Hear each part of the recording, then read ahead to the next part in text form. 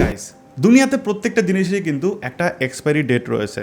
আপনি যে খাবারটা খাচ্ছেন তারও কিন্তু এক্সপায়ারি ডেট রয়েছে। আপনি একটা ওষুধ কিনছেন তারও কিন্তু একটা এক্সপায়ারি ডেট রয়েছে। অর্থাৎ প্রত্যেকটা জিনিসই কিন্তু একটা না একটা টাইমে তার কাজ শেষ হয়ে যায়, অর্থাৎ সে আর কাজ করতে পারে না বা তাকে আর ব্যবহার করা যায় না। সেরকম করে আপনার ফোনের কি কোনো এক্সপায়ারি ডেট রয়েছে, বা থাকলে সেটা কবে?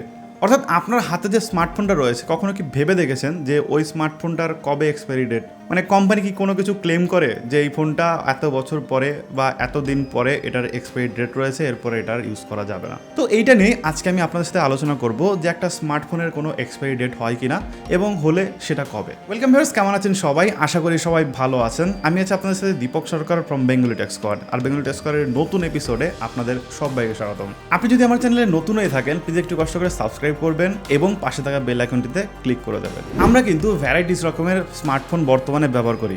এমন এমন মানুষ আছে যারা কিন্তু 2 মাস 3 মাস অন্তর অন্তর স্মার্টফোন ব্যবহার করে। কিন্তু এমন এমন মানুষ রয়েছে যারা হয়তো স্মার্টফোন কেনে যে যতদিন স্মার্টফোন চলে ততদিন আমি স্মার্টফোনটা চালাবো। সেটা হতে পারে তার প্যাশন, হতে পারে সেটা হতে পারে সে কোনো ফাইন্যান্সিয়াল প্রবলেমের জন্য সে সেটা করছে। মানে একটা ফোন কিনে সেটাকে হয়তো বছরের পর বছর চালানোর জন্য সেটা ইউজ করে যাচ্ছে বা আগামীতে করবে। এবার কথা হচ্ছে যে বর্তমানে সময়ে আমরা যদি একটা অ্যাভারেজ লাইফ দেখি একটা স্মার্টফোনের, সেক্ষেত্রে কিন্তু 2 থেকে 3 বছর 4 বছর, মানে একটা অ্যান্ড্রয়েড স্মার্টফোনের তারপরে কিন্তু কিছু কিছু প্রবলেম আসা শুরু করে। এবার আপনি যদি সেই ফোনটাকে যত্ন করে ব্যবহার করেন তাহলে কিন্তু 2-3 বছর পরে আপনি প্রবলেম দেখতে পাবেন না, দেখবেন যে যেরকম সেরকমই চলছে।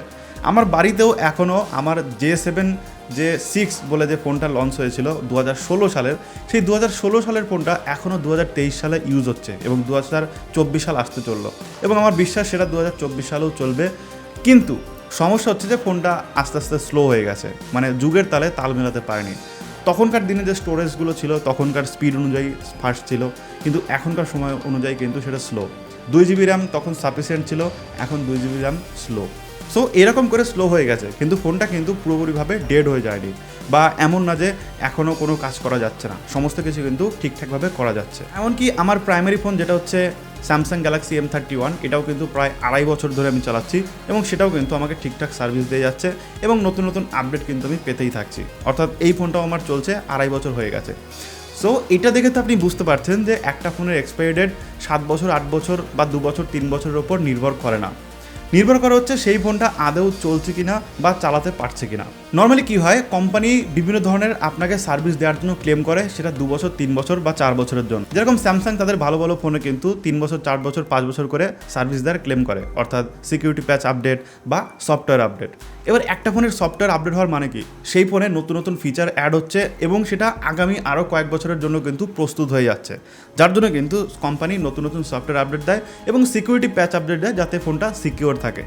সো তার মানে কোম্পানি নিজেও বলছে যে ফোনটা আরও কিছু বছর আপনি ইউজ করতে পারবেন, যার জন্য আমরা সেই ফোনের জন্য সাপোর্ট দিয়ে যাচ্ছি, বা 5 বছরের জন্য আমরা সিকিউরিটি সাপোর্ট দিচ্ছি, যাতে আপনি 5 বছর ধরে ফোনটাকে আরামসে চালাতে পারেন, কোনো রকম সমস্যা নেই।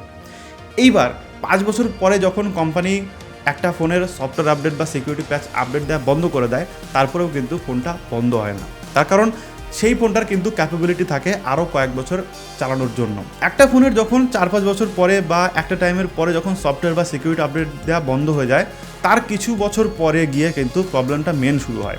অর্থাৎ তারপরে দেখবেন যে যেহেতু সফটওয়্যারটা আপডেটেড না, তার জন্য আপনি প্লে স্টোর থেকে যে অ্যাপ্লিকেশনগুলো ডাউনলোড করছেন সেগুলোর কিছু কিছু কিন্তু ইনস্টল করা যায় না, তার কারণ প্লে স্টোরে যে অ্যাপগুলো রয়েছে সেগুলো কিন্তু আপডেটেড হয় এবং নতুন নতুন সফটওয়্যারের জন্য কিন্তু সেটাকে ক্যালিব্রেশন করা থাকে, এবং যার জন্য যখন ধরুন একটা ফোন অ্যান্ড্রয়েড 10-এ আটকে গেছে, কিন্তু নতুন আপনি একটা অ্যাপ ডাউনলোড করবেন প্লে স্টোর থেকে, সেটা ক্যালিব্রেশন করা রয়েছে অ্যান্ড্রয়েড 12-এর জন্য, সেক্ষেত্রে কিন্তু আপনি ওটাকে ডাউনলোড করে চালাতে পারবেন না। সো তখন কিন্তু আপনি সেই অ্যাপটার যে নিড সেটা কিন্তু পূরণ করতে পারবেন না, যার জন্য আপনার মনে হবে যে ফোনটাকে এখন বদলানো দরকার। আমরা যদি একটু পেছনে চলে যাই, যেরকম Android lollipop, Android ice cream sandwich, এই ধরনের যে ফোনগুলো যদি দেখি, এই সব ফোনের জন্য কিন্তু হোয়াটসঅ্যাপ বন্ধ হয়ে গেছে, ফেসবুক বন্ধ হয়ে গেছে, এই সব ফোনে কিন্তু আর নতুন আপডেট করা যাচ্ছে না।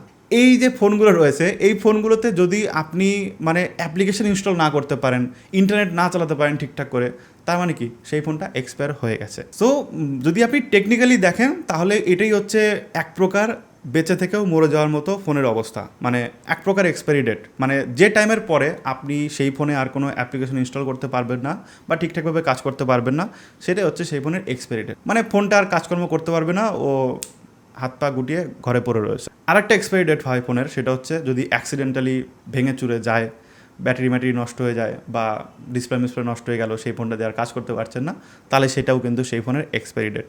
সো এইটা হচ্ছে অ্যাকচুয়ালি এক্সপায়ারি ডেট। এবার মানে পার্টিকুলার কোনো ফোনের এক্সপায়ারি ডেট আপনি খুঁজে পাবেন না যতদিন না পর্যন্ত সেই ফোনে আপনি কোনো সফটওয়্যার আপডেট করতে পারছেন না বা কোনো অ্যাপ্লিকেশান ইনস্টল করতে পারছেন না। এবার একটা ফোন নিয়ে যদি আপনি সেটার কাজেই লাগাতে না পারেন, একটা ওষুধ কিনে নিয়ে এসে যদি দেখেন এক্সপায়ারি হয়ে গেছে, সেটা আর খেতেই না পারেন, তাহলে তো সেটাই এক্সপায়ারি হয়ে গেল।